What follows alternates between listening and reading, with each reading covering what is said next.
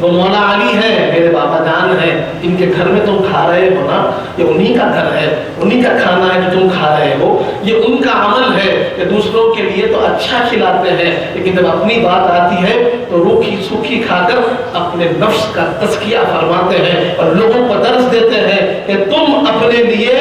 یہ چنو، کیونکہ اللہ ہر دیوانے کا آپ کو حساب دینا ہوگا۔ مولا علی مشکل کشا کا گھرانہ ہے، اور مولا علی کا مزاج تو دیکھیے، کھلاتے سب کو بہتر ہے، لیکن خود کا بات آئی تو روکھی روٹی پانی میں ڈبا کر کھا رہے ہیں، یہ علی شیر خدا ہے۔ برادران عزیز، یہ گھرانہ امام حسن کا،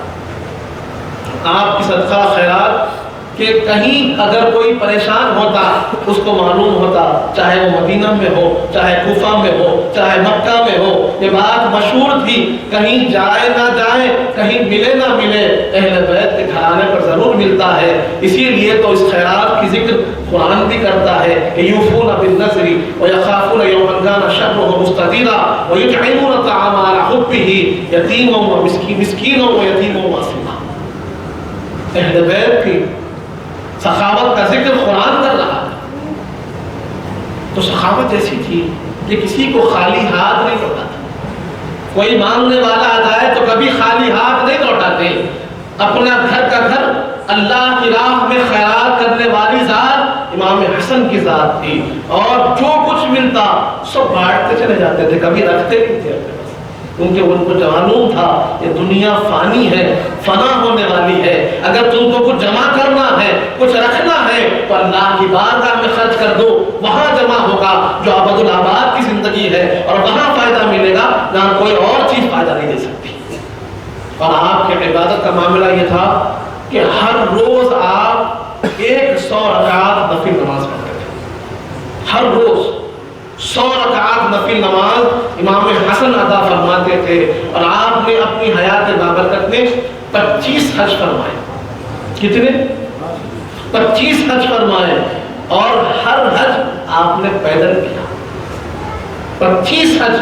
پیدل کیے۔ جو حج کو گئے ہیں ان کو معلوم ہوگا کہ وہاں کی گرمی کا عالم کیا ہوتا ہے، وہاں کی سختی کا عالم کیا ہوتا ہے، وہاں کی تپش کا عالم کیا ہوتا ہے۔ ارے ہم مینا سے مزدلفہ نہیں جا سکتے، مزدلفہ سے عرفہ نہیں جا سکتے، عرفہ سے مزدلفہ واپس آؤ پیدل، ہم سے ہو نہیں پاتا۔ مزدلفہ سے مینا کو پیدل آنا مشکل نظر آتا ہے، مینا سے جمرات کو جانا مشکل نظر آتا ہے۔ طواف زیارت کے لیے اگر کعبۃ اللہ کو جانا پڑے تو ہم گاڑی کو تلاش کرتے ہیں، اس گرمی میں احرام باندھ کر کیسے جائیں گے؟ اور وہ شیر خدا کے لخت جگر ہیں، حضور پاک کے شہزادے ہیں، اور آپ مدینہ منورہ سے پیدل چل کر مکہ مکرمہ کو جا رہے ہیں، اور ایک حج نہیں، آپ نے ایسے 25 حج فرمائے پیدل واقعہ تھا۔ لوگ حیران ہو کر پوچھنے لگے، اے امام حسن، معاملہ یہ ہے کہ آپ کے پاس سواری ہے، آپ کے پاس پیسہ ہے، آپ لوگوں کو خیرات پر خیرات کرتے چلے جاتے ہیں، لوگوں پر خرچ ہی خرچ کرتے چلے جاتے ہیں، پھر آپ حج پیدل کیوں فرماتے ہیں؟ ایک نہیں، دو نہیں، 25 حج آپ نے پیدل فرما دیے، یہ زحمت، یہ مشقت کیوں اٹھائی؟ اس کی وجہ کیا ہے؟ تو آپ نے عرض کیا کہ میرا دل گوارا نہیں کرتا کہ میں جب اپنے رب کی بارگاہ میں جاؤں تو سواری پر جاؤں۔ یہ بندہ عاجز، یہ بندہ جو رب کی بارگاہ میں جا رہا ہے کیا سوار ہو کر جا سکتا ہے؟ ارے عاجزی کا تقاضا یہ ہے، بندگی کا تقاضا یہ ہے کہ میں اپنی ذلت کو ظاہر کرتا ہوا جاؤں، اپنی کمزوری کو ظاہر کرتا ہوا جاؤں۔ اس لیے میں نے حتی المقدور اپنی عبدیت کو ظاہر کیا ہے، اور میں نے سمجھا اس کا بہترین طریقہ یہ ہے کہ رب کے راستے میں چلوں تو پیدل چلوں، ہر قدم اس کا ذکر کرتا چلوں، تاکہ وہ رب مجھ سے راضی ہو جائے۔ یہ کون کہہ رہے ہیں؟ جو جنت کے نوجوانوں کے سردار، جن کے لیے حضور پاک فرماتے ہیں کہ میری بارگاہ میں فرشتہ حاضر ہوا اور آ کر مجھے خوشخبری دیا کہ اللہ نے آپ کے دونوں شہزادوں امام حسن امام حسین کے لیے فرمایا ہے کہ الحسن والحسین سیدا شباب اہل الجنہ، امام حسن امام حسین یہ جنتی نوجوانوں کے سردار ہے۔ جنت جن کے گھر سے بٹتی ہو ان کے عمل کا عالم یہ ہے کہ 25 حج کیے تو پیدل کر بتا دیا کہ بندگی کا حق ہم ہی ادا کر سکتے ہیں، اور ہم کر بتاتے ہیں کہ اللہ کی بارگاہ میں جاؤ تو وہاں پر فخر